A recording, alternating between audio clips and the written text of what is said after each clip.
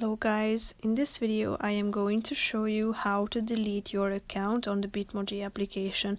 But first I just want to mention, don't forget to subscribe to my channel, because at 10,000 subscribers I am going to show you my whole YouTube revenue statistics and growth strategy, how to make money online. So let's jump into it.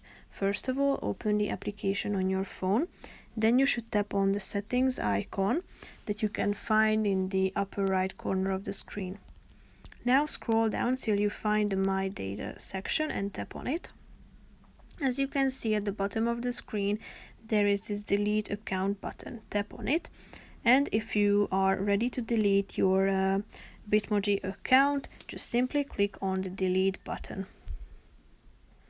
Now, as you can see, your account has been deleted, so you are ready to create a new one or log into another one if you feel like to do so, but you can also continue it with your Snapchat account.